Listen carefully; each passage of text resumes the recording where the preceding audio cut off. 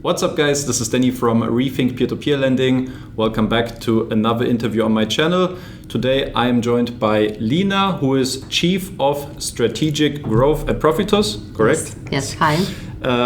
Thanks for having me in the office today. I'm very excited to learn more about the status quo of Profitus currently in the market, as well as your expansion plans, for which you will be primarily responsible, from my understanding. So I'm very curious to get more insights from your side.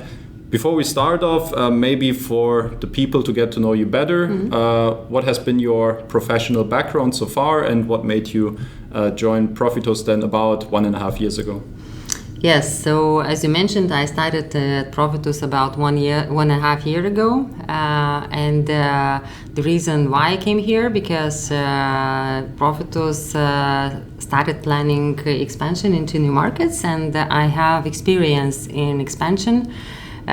Because before I was, for over 20 years, I was working in the real estate development business, the Scandinavian type, and developing large commercial properties, and before that even I brokerage a bit as well, so I am familiar with the real estate market, and as real estate developer I also familiar with crediting and financing of such projects, so and cost structures and everything. So basically for me it was kind of a natural to look for some other opportunities, and I know the founder, Victoria, and Mindaugas very well from real estate business, and well, they promised me Spain, so I lived in Spain for 2 years and I enjoyed it, so I really wanted to do something outside Lithuania or the Baltics even.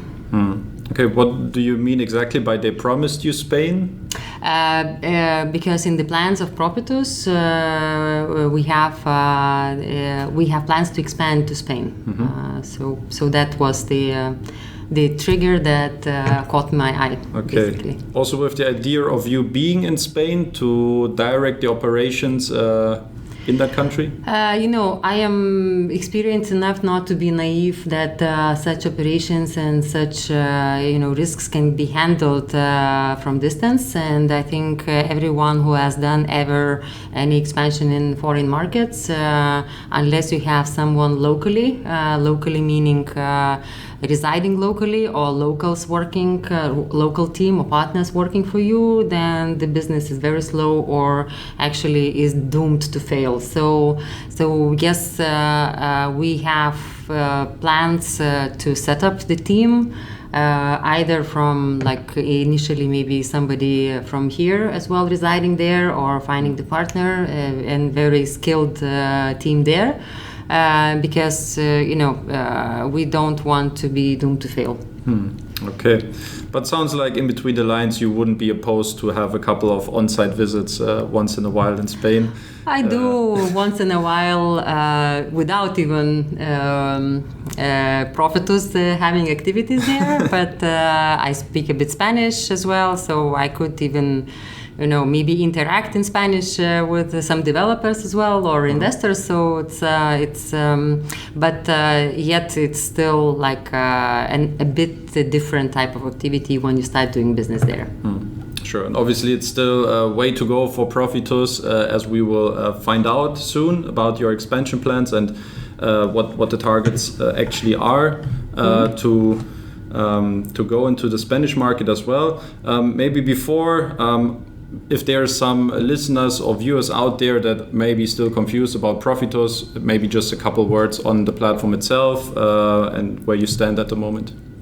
Okay, so Profitus is, and some people ask how it is spelled. So it is Profitus, not Profitus, not Profit, but it's Profitus. And we are a crowdfunding company established almost 6 years ago on a magic date of 8th of 8, so August 8th. And it will be 6 years for us in our operation. So 6 years ago we were launched as a platform. And since then we have collected already and funded almost 200 million. And today our active portfolio is about 55 million. It's of course changes, day by day and month by month, but it's about 55. Today we have 30 people here in the office. It's Friday afternoon, so you can see a few, but that's how we work. We work like remotely as well. So that's the way we promote the work here. And we are technological business anyway. The platform, the technology that we developed is ours. So this is one of our assets that we have, as well as the a database of registered investors, and we have almost 40,000 at the moment, and we have over 10,000 of active investors who have active assets on our platform. So everything we have gained through 6 years of hard work and a very dedicated team, I would say. And we have faced big growth since pandemic years. And we see, let's say last year, our portfolio grew over 50%. Funded amount over 35%, and that is more than the market did. And this year we have also ambitious targets to grow. Of course, in this market situation, which is a bit economic slowdown in general, and especially real estate, I would say stagnation for this moment. I think we are doing very well in that sense. There was a lot of interesting numbers and KPIs. Thanks for sharing those. Obviously a big key topic for me today is talking about the expansion, but I believe to understand like where you want to go in the future, we need to understand where Profitus is standing right now, what is the status quo. And looking at the statistics, 92% of your portfolio is coming from Lithuania, from your home market. So maybe can you just explain a little bit how big is the crowdfunding market in Lithuania, and what is also the position of Profitus within this market? So last year, total crowdfunding market in Lithuania funded over 230 million euros, right? And before a new ESMA regulation kicked in November, there were 23 crowdfunding players in the Lithuanian market. And since November, we have 12 active players in the Lithuanian market. So it means that some of the players have not succeeded to obtain the new license. Of course, the new license have given opportunities to the players and for expansion as well, not only in Lithuanian market but in all other markets, and we will talk maybe about tackle that a bit later. But for us, just to say, last year we have started. The reason why we have 92% of our portfolio here in Lithuania, because last year were the first steps we have moved towards new markets. So we have a team who is working for Latvian projects and for Estonian projects, but until we obtained the ESMA license in November, we couldn't start active funding and active attraction of investors in any of the markets away from Lithuania. And that is one of the reasons why now we are gaining pace and increasing. You will see increasing share of portfolio in those markets, especially in Latvia and Estonia for the moment.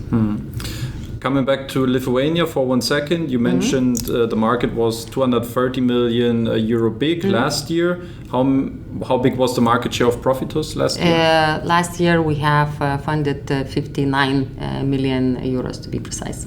59, so yes. That's around 25%? Yes, around 25% market share. And we were the largest ones, the leaders in with this amount. Okay, and those close to 60 million euro, if we're just looking at Lithuania isolated, what do you think is, let's say, the target for this year, or the market can be only as big as it can become? I'm assuming with Lithuania being one of the more smaller countries compared to other European places, but how big could the market share of Profitus become without, let's say, compromising too much quality in your portfolio? We expect there are forecasts that expecting that this year crowdfunding companies will fund about 300 million of projects. So we expect that our share will be no less than the same as last year. So I would say 25-30%. So and that's where we are heading to. You said you were number one in Lithuania last year.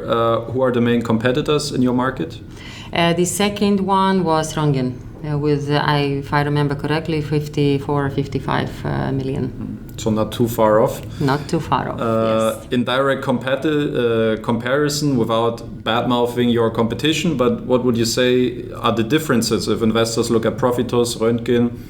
How do they differ? What do you, as far as you can tell, what do you see in the market? What do you differently? Or how do you distinguish? Well, I think towards investors, we are both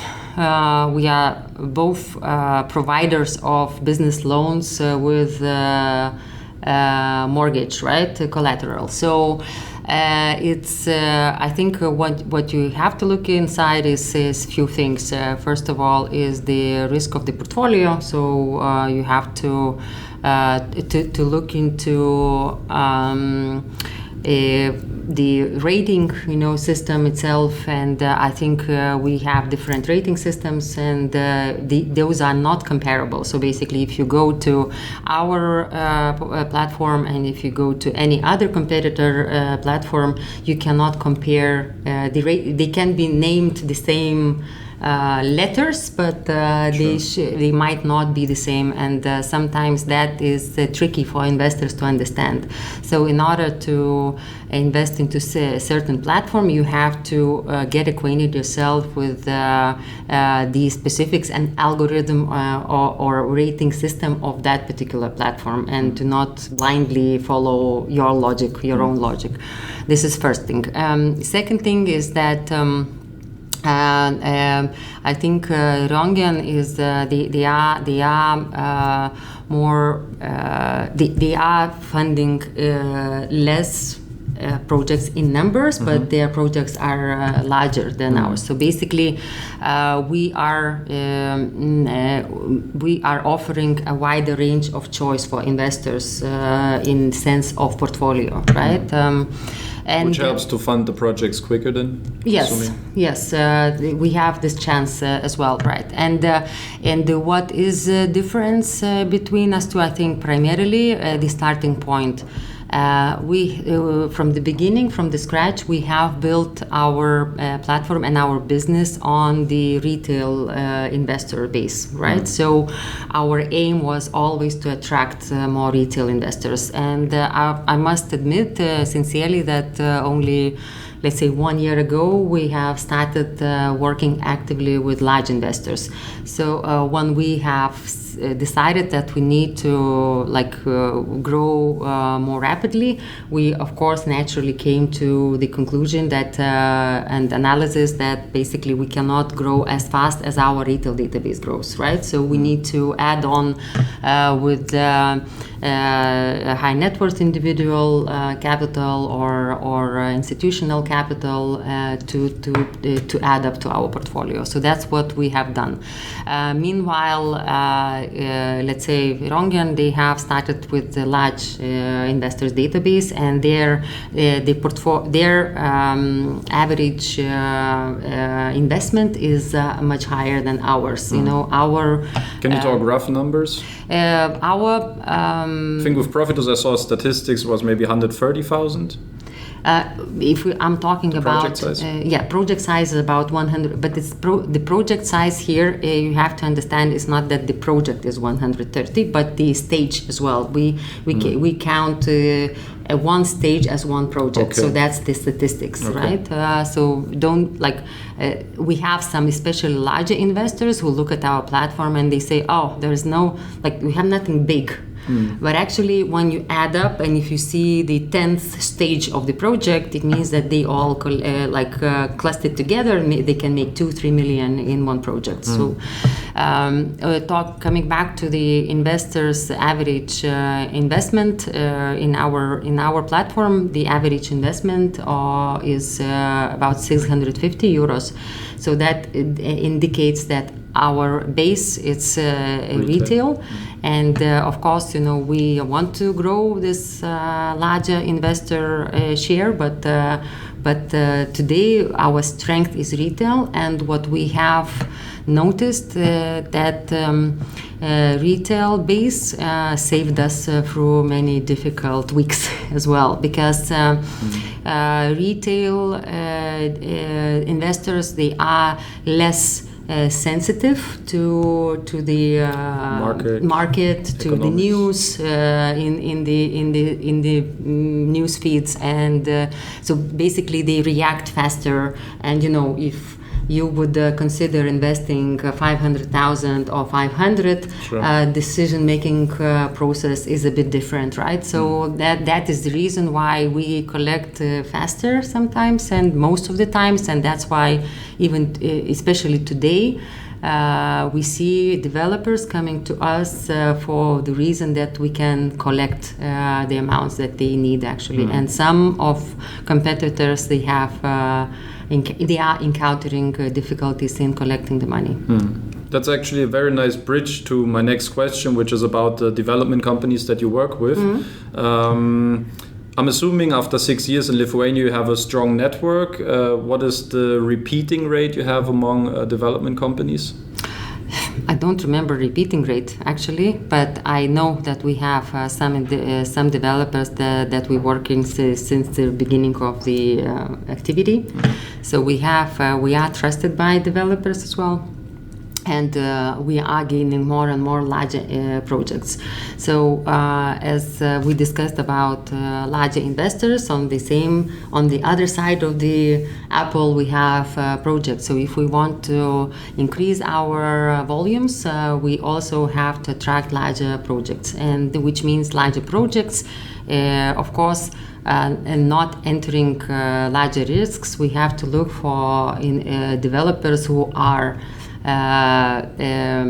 reliable, who are experienced, and that's why I think during last 1 year, investors have seen and encountered on our platform very well-known brands, known products as Car Wash Network, which is very well known in Lithuania as well. We have also some redevelopment projects of very large developers. So we see that they are entrusting their assets to us as well. And of course, the funding needs go through us as well. How many development companies do you have in your portfolio? And is there maybe a concentration, or do you put maybe certain limits on the amount of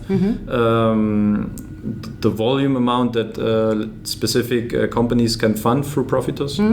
I will not say the number of clients, because in real estate development, the specifics of real estate development is that you have typically a holding company with a lot of special vehicle companies for one project, and that's why we have clients who have several special vehicle companies for development, right?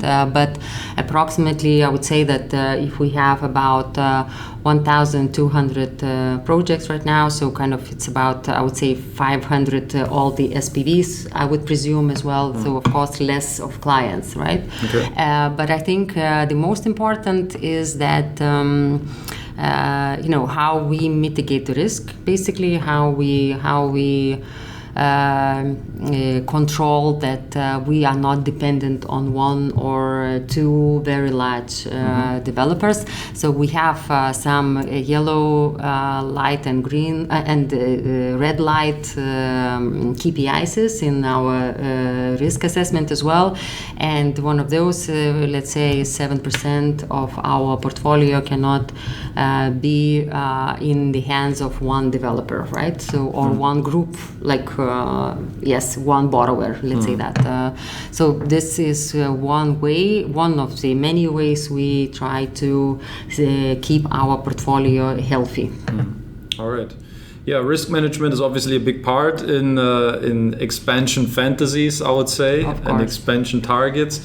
When we get closer to expansion, I would like to split this up in two parts. One is looking at the markets and the kind of targets you have in those. The other part is how you want to finance your expansion, which you have already hinted at a couple of points, but let's start off with the markets. We know from the statistics 92% are coming from Lithuania right now, 7% Latvia, and then 1% combined for... You mean projects, right? Yes. Mm-hmm. Yes. Combined for Estonia and Spain. Are those markets the core pillars for your future growth? Are there any other markets? What are the current plans where the growth is supposed to come from? For the nearest, I would say 2 to 3 years, these are our pillars for growth.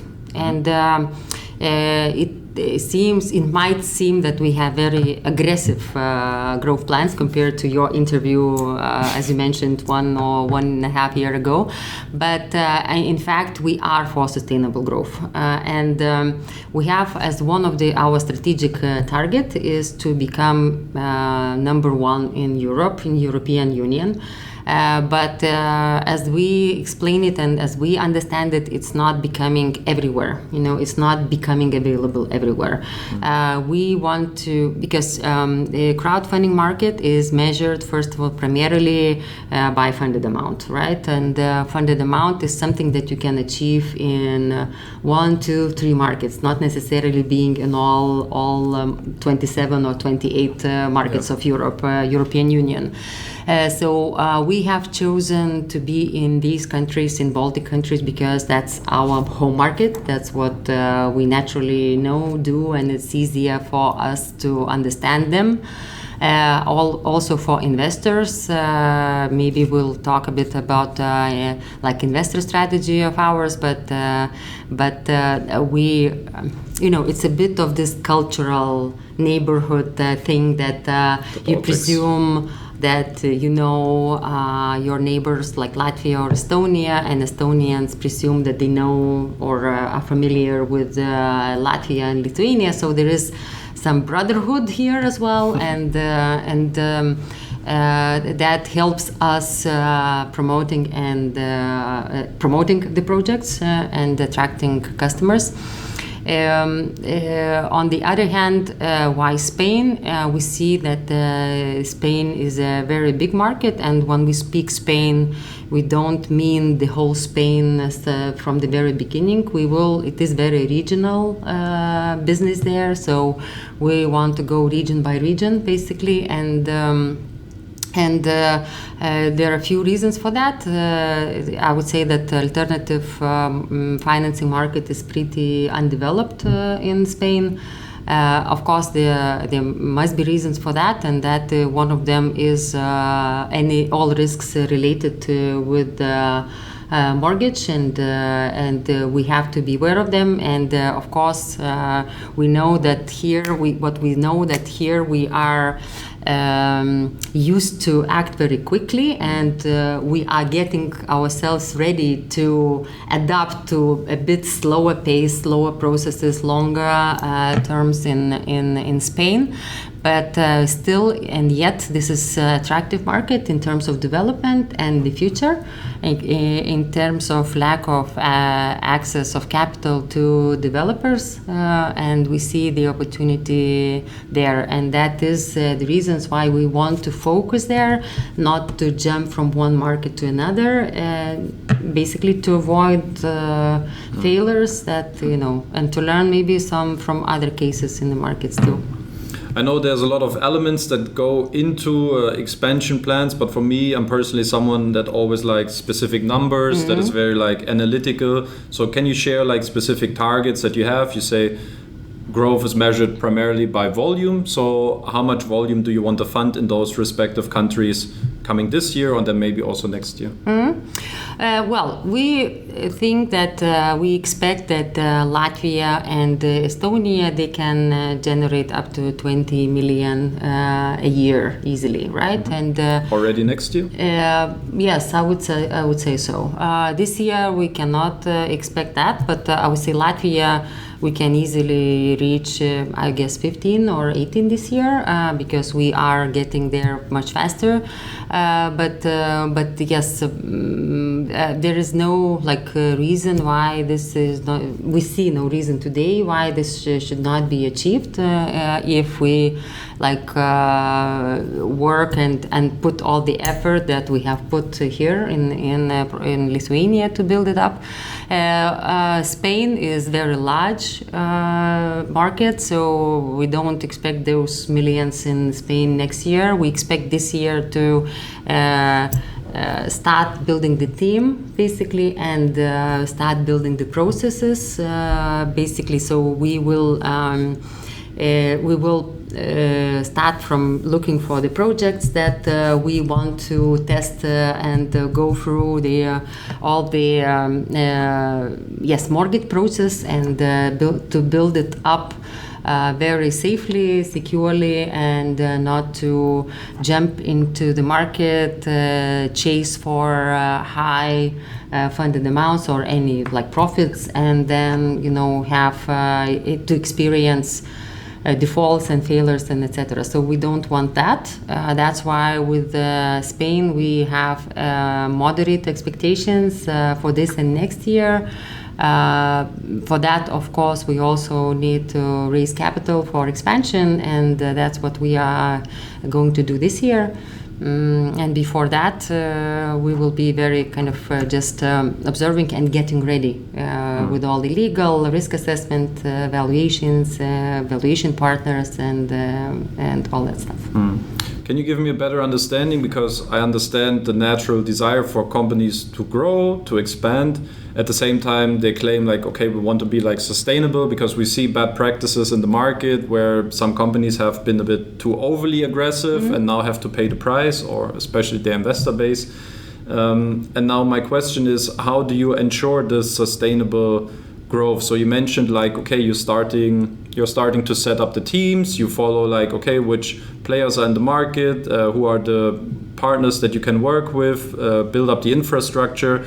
Do you have specific KPIs maybe, or let's say, do you have a roadmap where okay, now we have enough data gathered from certain projects. Now is it we have a good amount of data that we can now go ahead and try to be maybe a bit more risk, drive a bit more risk in those markets, or just have a more aggressive approach? So how long is this cycle maybe to gather the first experiences to get you an understanding? Okay, we're good on track. We can now deeper into the market, if it makes sense.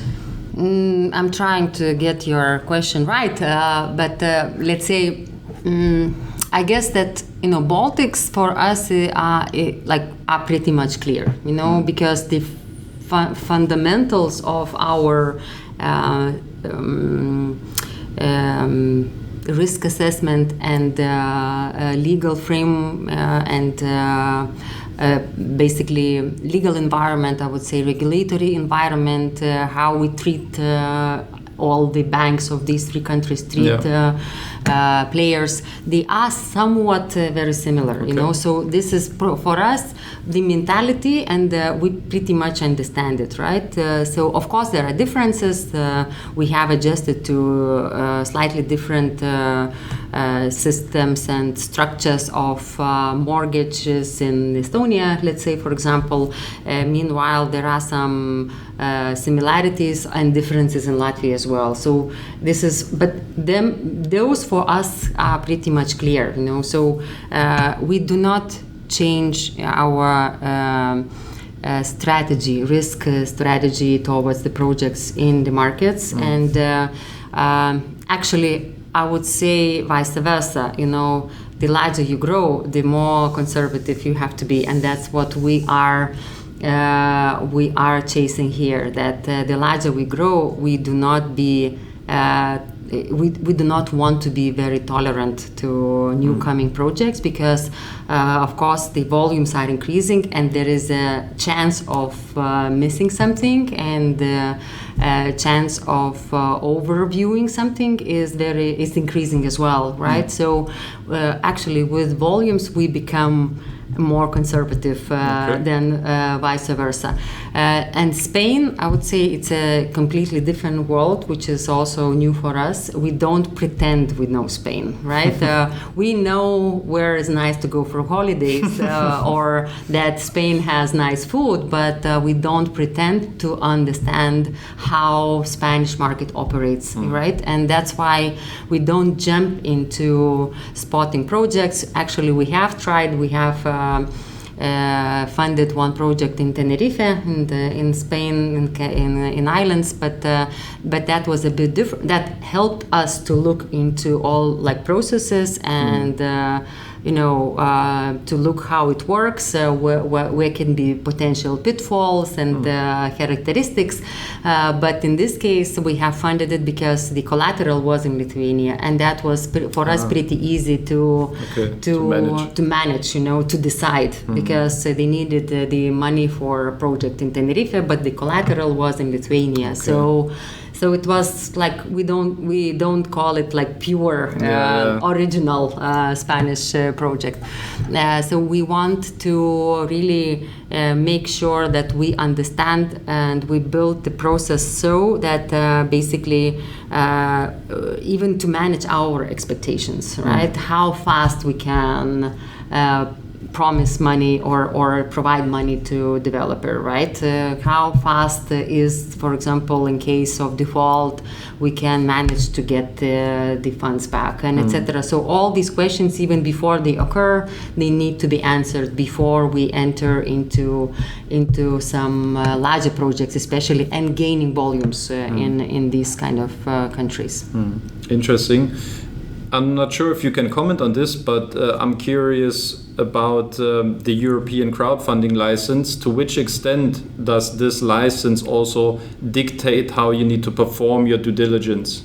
Because from my understanding, there are quite a lot of requirements that have to be checked. I think maybe in Lithuania, even a certain list of suppliers that you can use for evaluating properties, so only that are listed in certain directories, if I'm not 100%, if I'm not mistaken. But can you comment on how much the regulation is impacting also the way you perform your due diligence, and is it more beneficial from your perspective, or would you rather have, I don't know, assess it more in a different approach? Well, if you ask my colleagues, you would hear a lot of swear words about new regulation, because new regulation has demanded a lot of adjustment from our side in terms of technological adjustment, in terms of documentation, in terms of processes. Like everything became very, very crowded suddenly, and it was very difficult for developers, for the clients to understand, for our borrowers to understand, because suddenly, we were like much lighter in our documentation requirements compared to traditional banks, and suddenly we started, and we were called, "You're almost a bank," many times, believe me. So the new regulation is still, we believe that this is better for the market, right? Because what happened before ESMA is that different markets were regulating crowdfunding differently. Yes. And that created a lot of misunderstandings, more risks for investors as well. So basically, let's say in Lithuania, this crowdfunding was always regulated since back 2016, I think. Meanwhile, in Estonia and Latvia, they were, like in Latvia specifically, they were very lightly regulated, let's say that, right? Yeah. So there were, like, say, unequal terms for the players, right? But from the investor perspective, you were still a crowdfunding company, right? So I think this regulation has brought much more security and insurance for the investors. definitely that protects investor interest much more than it used to be in all the markets. And that's a good news. And does it also help you? Definitely, because that also prevents us from taking on risky projects, right?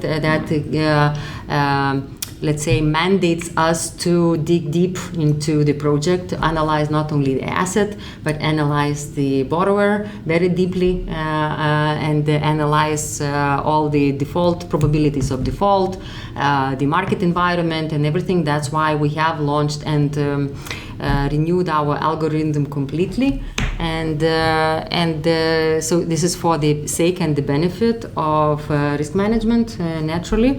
So although we swear about it, we are even joking that somebody there in the European community, they just took the banking documentation, deleted few clauses, and that became a crowdfunding regulation, because it became very, very close to banking regulation. But we have to adjust, and we are a technological company. That's why we have automated a lot of processes. We have automated and increased the flow of our processes in order still to be faster than banks. We need to have this competitive advantage as well, yes, as well. Otherwise, they might be difficult to even compete with other financial institutions. Can you briefly, to wrap up the market aspect, can you briefly explain from the first projects you funded in other countries what kind of, you talked about pitfalls, things that you found out from having the first project? So let's say maybe some markets appear to be more profitable than Lithuania, some are more complicated from another perspective. So what are small nuggets of observations that you can share so far from this expansion journey? For us here in the Baltics, because the world treats us as one market, we sometimes forget that we are not one market, and I think this brings also sometimes surprises for us and for our investors as well. And if you look to our portfolio, if you look to our platform, you will most probably notice that, for example, our Latvian markets, they typically have a bit higher interest rates than similar projects in Lithuania or Estonia. And that is market specifics. Through many years, interest rates in Latvia have been higher than ones in Estonia or Lithuania. So this is something not that we have created, but this is something that market dictates, right? Also, alternative financing in Latvia is pretty low, so that also, access to capital is important to developers. So they are ready to pay a bit more as well than let's say in Lithuania or Estonia to get this access to capital, right? So this is one. So more profitable than Lithuania. Yes. Latvia is more profitable than Lithuania in general, but of course there are differences in economies as well. So Latvia is a very stagnating economy for a while now, and that of course keeps us very, very alert on the projects that we choose. That's why we don't, let's say, if you will see a bit maybe smaller projects here in Lithuania that we go to, but in Latvia we want really to go to very sound projects, and that good partners basically with proven track record. Because we want naturally projects to succeed, right? And we don't have the target to take every project that is coming from Latvia as well. Estonia is today the sentiment in Estonia is pretty low. In general, the consumer sentiment is very low, and that prevents the economy from growing. Because we don't see many. Let's say we have three countries and three very different sentiments. Lithuania, for some reason, they are very positive, although like we have one big neighbor with the same threats, all three of us, so it's so kind of that holds our economy running, and we see that Estonian sentiment is very negative, and that prevents like growth in economy and naturally spending. And where the spending is cut or shrunk, then you have naturally investment is, especially in housing industry, is shrinking as well. So the reason we are entering right now there are a few reasons. There are a few theories when to expand, so there are expansion in good days, and there are expansion in bad days. So we believe that the market will regain pace and will recover. Maybe we will not encounter the same golden years as back in 2018, let's say, or 17, but the market will recover, and typically construction market is recovering with a bit of lag behind the economy, let's say half a year to 2 years lag. So we expect that by that time, when the construction market will recover, we will just be ready with all the infrastructure and all our risk assessment processes. So that is one of the reasons as well. That's actually a good point, because how do you work in line also with the economic situation? Now we see like the interest rates are starting slowly to decrease, which I'm assuming might be a positive sign for your business. It is positive sign for developers. That the cost of funding is decreasing. That's why we say that to our investors that the best time to fix your interest is today. Because tomorrow or in half a year, they will decrease because overall in the market they will decrease. As we are operating under in the environment of fixed interest, this is the right time to invest into projects of your own risk taste. One thing you mentioned, and now I want to switch to the second part of on that growth element, which is the financing. You pointed out already that in the last year you started to work closer with high net worth individuals. First of all, what's the definition, or at which volume does one be considered as a high net worth individual, and how much did they make up from, let's say, the entire portfolio last year? So we define here that our high net worth individual is the one investing over 50,000 euros in one project, and having about over 300,000 euros portfolio. But as we are building our investor database, so we still say, okay, 50,000. They start with 50,000, then adding on. So that's still if investor has invested 50,000, we already say potential high net worth investor. You have it on the hook. Yes, we have it on the hook. So this is one. As for the volumes, last year we have collected 13 million from high net worths. 13. Yes, so that accounts for approximately 22% of our funded amount.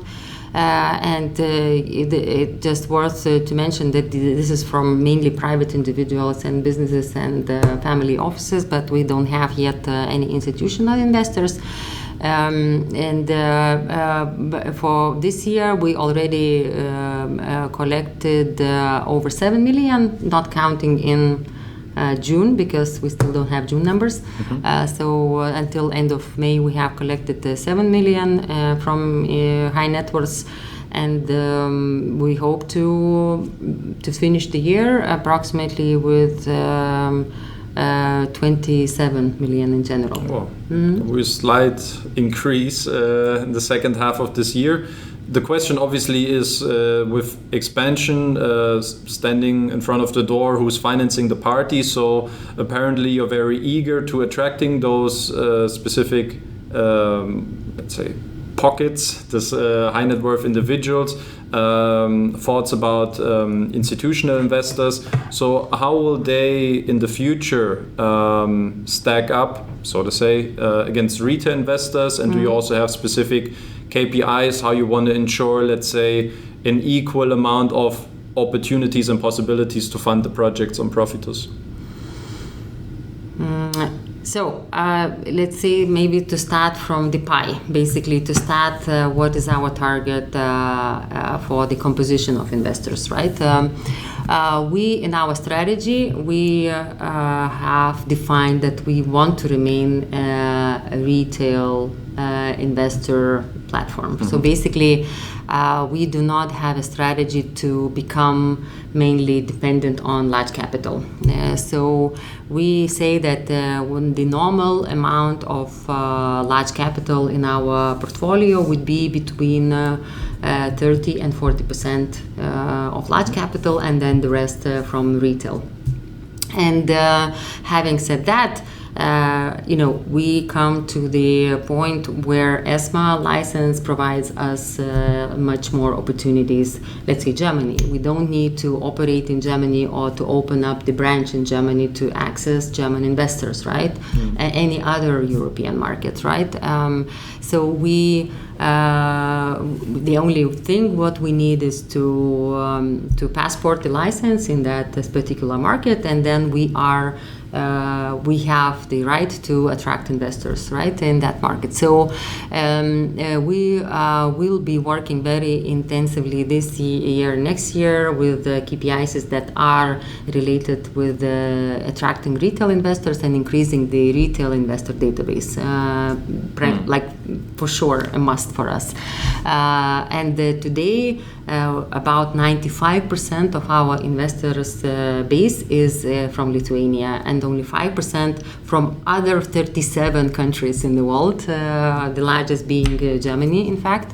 So we still have huge capacity that we have not accessed. So, and this is, Lithuania is like 3 million country, and with only 4% investing community in general, so actively investing community.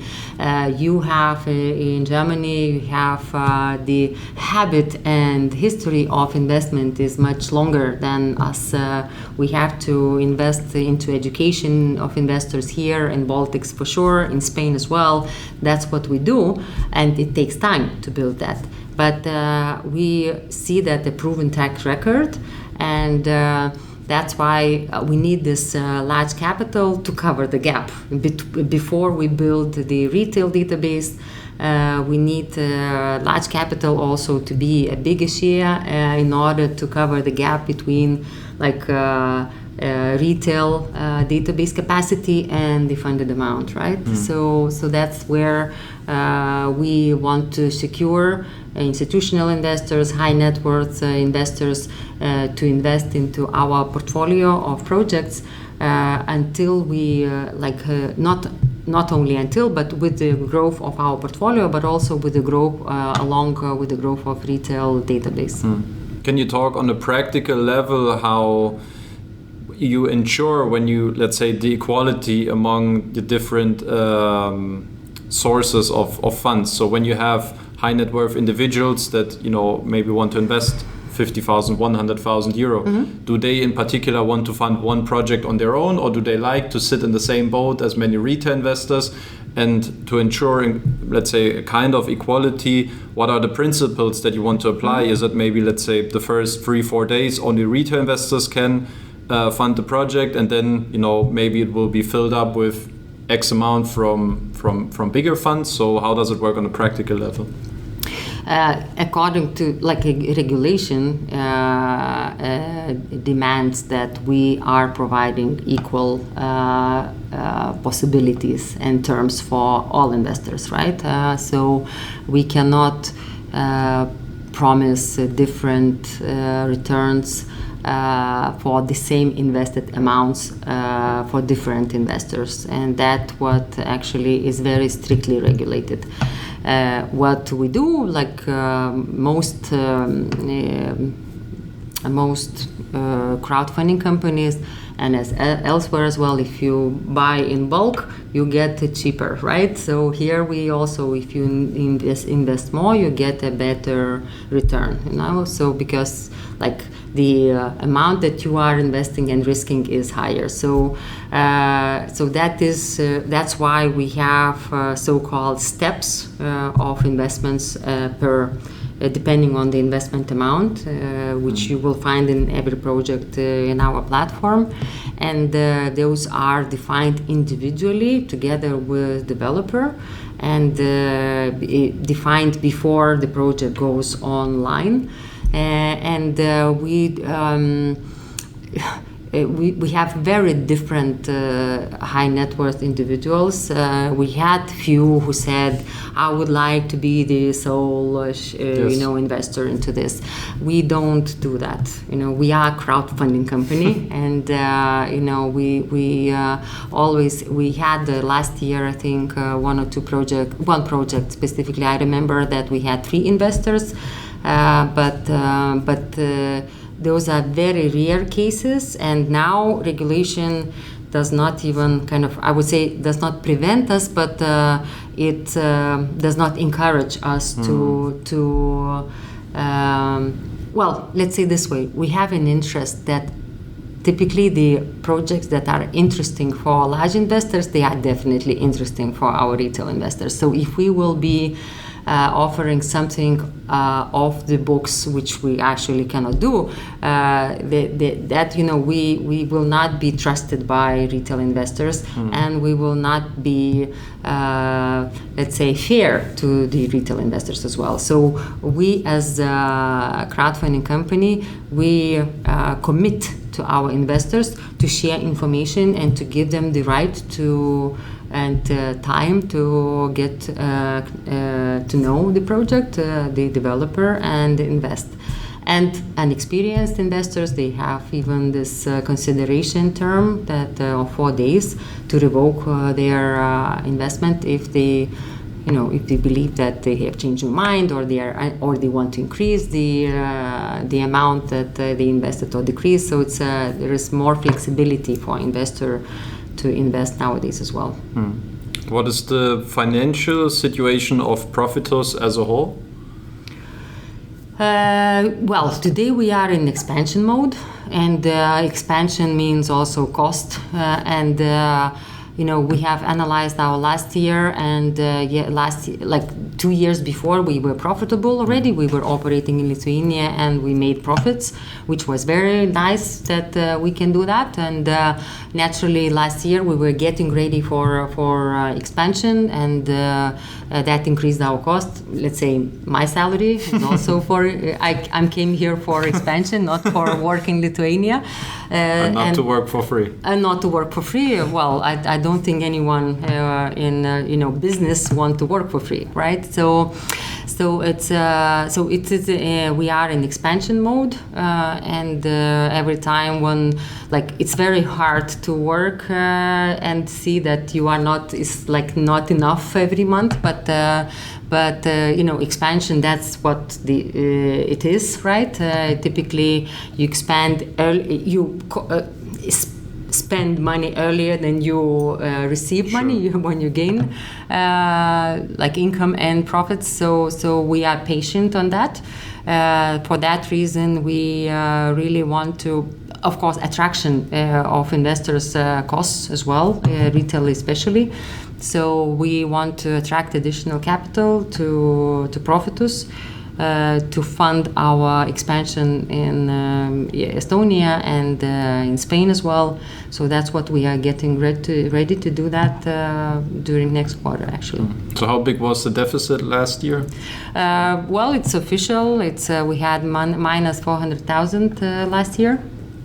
And so we don't expect that this year will be profitable. That we know the cost of expansion, but we still think that our operations in Lithuania, we strive that our operations in Lithuania, Latvia, and Estonia are profitable separately, taking away the cost of expansion, like in Spain. So that's our target. I think that is like a normal business. That I wouldn't say aggressive in that sense. I was aware that there was a smaller circle of investors having small fundraising round last year. Yes. Around 500,000 euro, €500,000. You pinpointed at it that is there an additional fundraising round required this year, next year, and if so, like, do you go public this time, or how is it going to play out? We just talked about it today, in fact, and initially we think we will not go public, but because we have an interest of some investors that are waiting for us to start raising capital. So we will see how it goes, and if we see that we are encountering some difficulties of filling up the demanded amount, we might change. We have very agile company, so we say that we want to be agile. We want to be maneuvering and adjusting to the market situation, to the investor needs, to the regulation, to our financing needs. So kind of today we have a plan that we will go directly to investors, to few investors, but who knows? If not, then we still have options B and C. Sure. To go for. So you try for the more inner circle, and from your network that you have, what's the target? How much money do you want to attract? We counted that we would need up to 2 million for our active expansion in Spain, and primarily Estonia and Spain. All right. Good numbers. Thanks for sharing, Lina. That was it so far from my side. Any things to wrap up? What can you maybe share with investors directly? What is to expect at Profitus, and why they should potentially join Profitus or stick to Profitus if they are already on the platform? Well, I hope that you are finding our platform very easy to use, and I think nowadays technological business is very focused on user-friendly interfaces, and we are trying and doing very hard every day to improve this experience, and we will be actually improving it even more. We will be launching during summer Auto Invest, so Robo Invest function or product that will even help investors to create their own strategies and invest even easier. We will launch the app. Actually, I don't know, by the release of this podcast, I believe there will be an app available already on Google and App Stores. Towards your birthday, right? Yes, towards the birthday. So that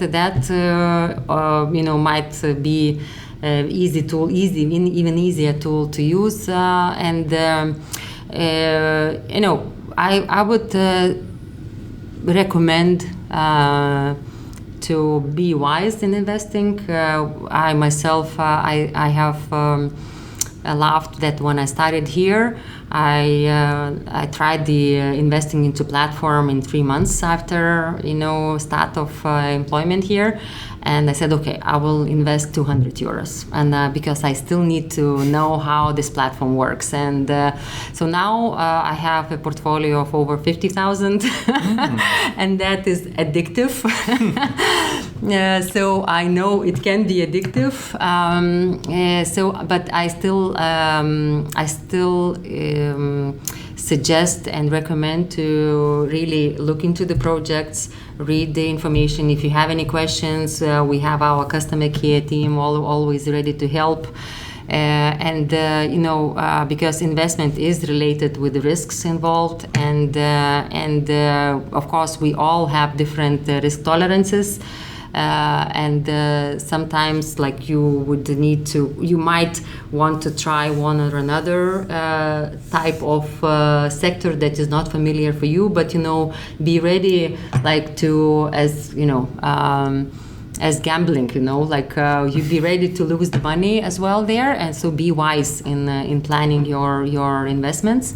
That one, and of course, if you have any recommendations or things that you are missing on the platform, we are very, very glad to receive sometimes good requests or suggestions from investors, and very eager to listen and develop features that are important to catch up with the market and with the trends. And we hope that we will be providing only like good sound projects that will be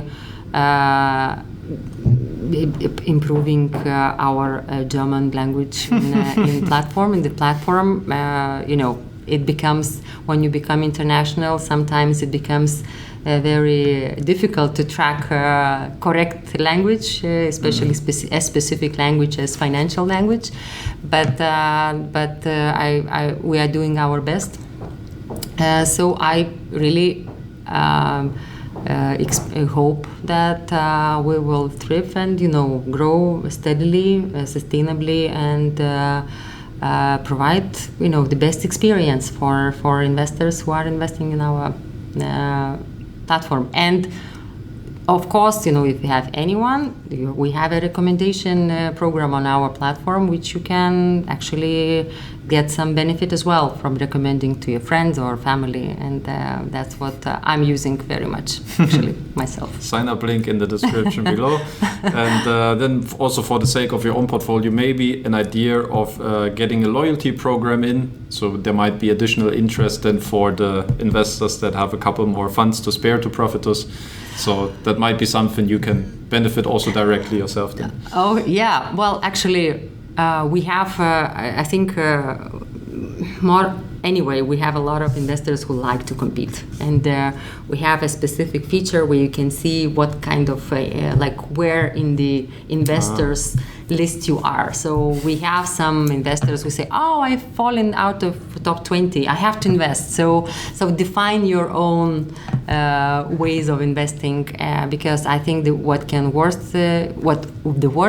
be is the money in your bank accounts not working for you. So I think choose your own products, choose your own strategies, and invest, and get your dreams come true. Get your returns. Yes. All right. Thank you, Lina. Thanks for your time. Thank you very much. All the insights and answers.